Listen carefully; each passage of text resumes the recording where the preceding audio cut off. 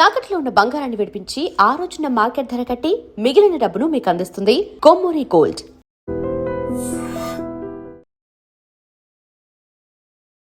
Hi hello నమస్తే, welcome back to iDream media. Breaking news, Trump 85,000 వీసాలకి రద్దు చెప్పాడంట. మరి ఎందుకు అయి ఉంటుంది? సో తెలుసుకుందాం. వీటిపై మనకి విశ్లేషణ ఇవ్వబోతున్నారు హైకోర్టు అడ్వకేట్, ఇమిగ్రేషన్ లాయర్ అయిన పృథ్వీ గారు. సార్తో మాట్లాడదాం. నమస్కారం సార్. హాయ్ విరాట్. 85,000 వీసాలు అంటే అది నార్మల్ థింగ్ కాదు, అది అంత చిన్న విషయం కూడా కాదు. ఎందుకు రద్దు చేశాడు, ఏ విషయం మీద రద్దు చేశాడు? H1 అండ్ H4 ఇవి ఎక్కువ ఉన్నాయని చెప్పేసి వినిపిస్తా ఉంది ఇందులో వార్తలు. ఇది ఎంతవరకు నిజం?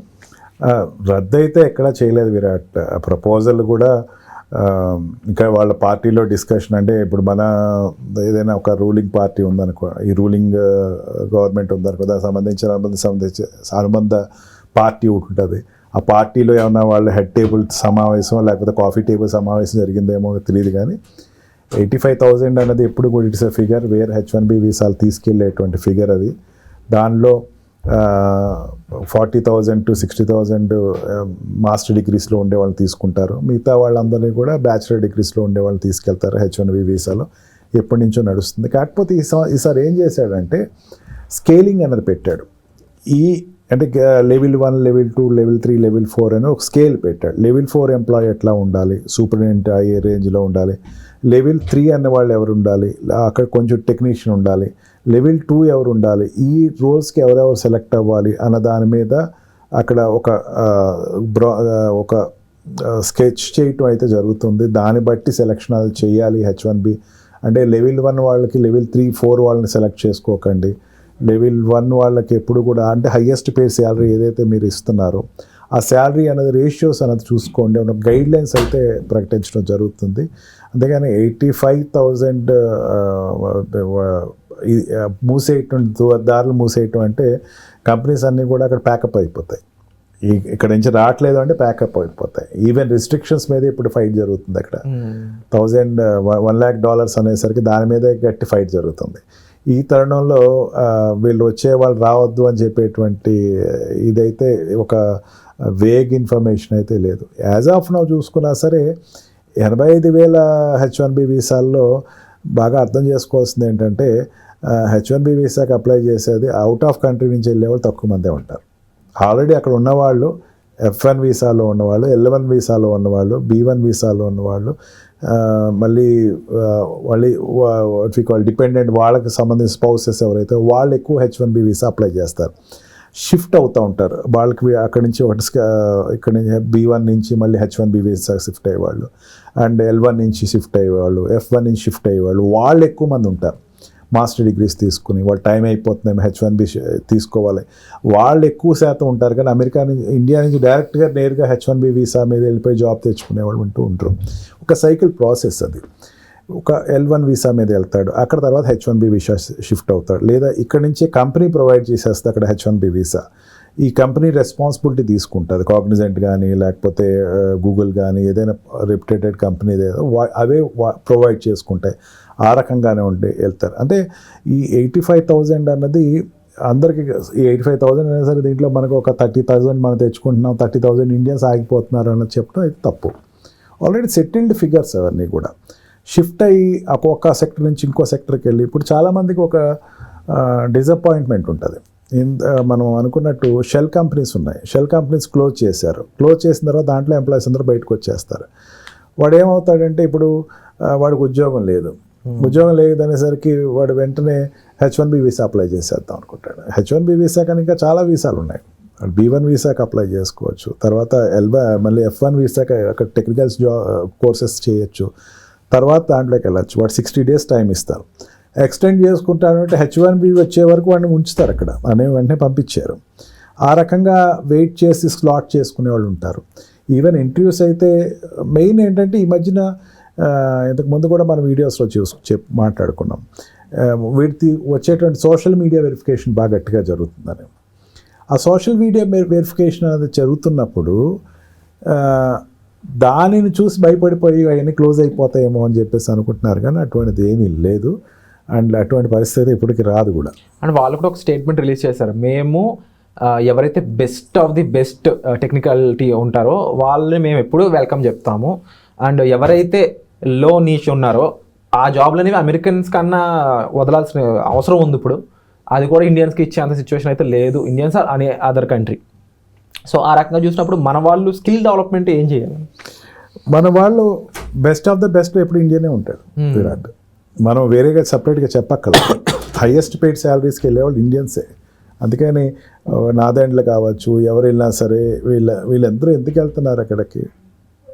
బికాజ్ దే ఆర్ సత్యం వెళ్ళాడు అంటే బెస్ట్లోనే వెళ్ళినాడు. వీళ్ళందరూ కూడా అక్కడికి వెళ్ళి సపరేట్గా వీళ్ళేమి ప్రూవ్ చేసుకోవాలి. మనం వెళ్ళేది ఆప్షన్సే బెస్ట్ వాళ్ళు వెళ్తారు. సత్యనాదేళ్ల, సుందర్ పిచ్చే వీళ్ళందరూ కూడా బెస్ట్ జోన్స్ నుంచి వెళ్ళిన వాళ్ళే. They are skilled people from India. వాళ్ళు ఇక్కడి నుంచి వెళ్ళేటప్పుడు తర్వాత అక్కడికి వెళ్ళి ఆపర్చునిటీ. ఇప్పుడు మనకి ఏమవుతుందంటే ఇండియాలో ఒక ఎంప్లాయ్మెంట్స్కి హైయార్కీ ఉందనుకో విరాట్. ఒక ఎంప్లాయీ ఉంటాడు, ఆ ఎంప్లాయీ చాలా talented. Caste, creed, sex, race వల్ల ఏమవుతాడంటే వాడు ఎదగడు. అవును, వాడు అక్కడే ఉండిపోతాడు. వాడు ఎన్నాళ్ళు ఉంటాడంటే ఎవడో వచ్చి లిఫ్ట్ ఇచ్చే వరకు వాడు ఎదగడు. యూఎస్లో అట్లా కాదు. ఏ చిన్నది ప్రూవ్ చేసినా సరే వాడికి ఒక మంచి అప్రిషియల్ ఉంటుంది. ఈ అప్రైజల్స్ బట్టి వాడి ప్రమోషన్ ఉంటుంది. ఈ రకంగానే సుందర్ పిచ్చయ్య కానీ సుందర్ పిచ్చయ్య కానీ సత్యనారాయణ కానీ వీళ్ళందరూ వెళ్ళిన వాళ్ళే. అంటే వాళ్ళు ఈ రకంగా ఇండియన్స్ ఎప్పుడు కష్టపడే వ్యక్తులే. మనం స్పెసిఫిక్గా చెప్పాల్సింది ఏంటంటే డెడికేటెడ్గా వాళ్ళు పని చేయాలి అనే ఫీలింగ్ ఉండి, నేను ఎటువంటి ఈజీ మనీ కోసం వెంపర్లాడకుండా కంపెనీస్ రెగ్యులర్గా ఒక కంపెనీ నుంచి ఇంకో కంపెనీ ఎక్కువ ఇస్తున్నట్టు అక్కడికి వెళ్ళటం, అక్కడికి ఉండేసరికి లీవ్స్ ఉన్నాయంటే ఇంకో కంపెనీ, ఇట్లాగా మారకుండా ఒకే కంపెనీలో స్టాగ్నేటెడ్గా మనకి ఎక్కువ ఉంటుంది. అది మన ఊతపదం కూడా కంపెనీ మారలేదు ఈ మధ్యన చాలా నాళ్ళు చేస్తున్నాడు అంటాడు సాఫ్ట్వేర్ వాడు.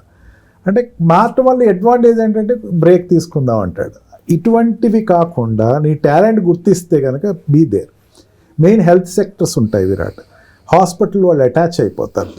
ఈ హాస్పిటల్లో పనిచేసి నిరంతరం వీడు అదే హాస్పిటల్లో స్టిక్ ఆన్ అయితే డైరెక్టర్ రేంజ్కి వెళ్ళిపోతారు వీడు. మన ఇండియన్ హాస్పిటల్ ఎక్కడ దొరకదు అది ఆపర్చునిటీ. ఒక డాక్టర్ ఉన్నాడంటే ఆ డాక్టర్ ఎప్పటికీ డాక్టరే, సీనియర్ డాక్టరు, లేదా మహా అయితే డిపార్ట్మెంట్కి ఒక డీన్ అవుతాడు.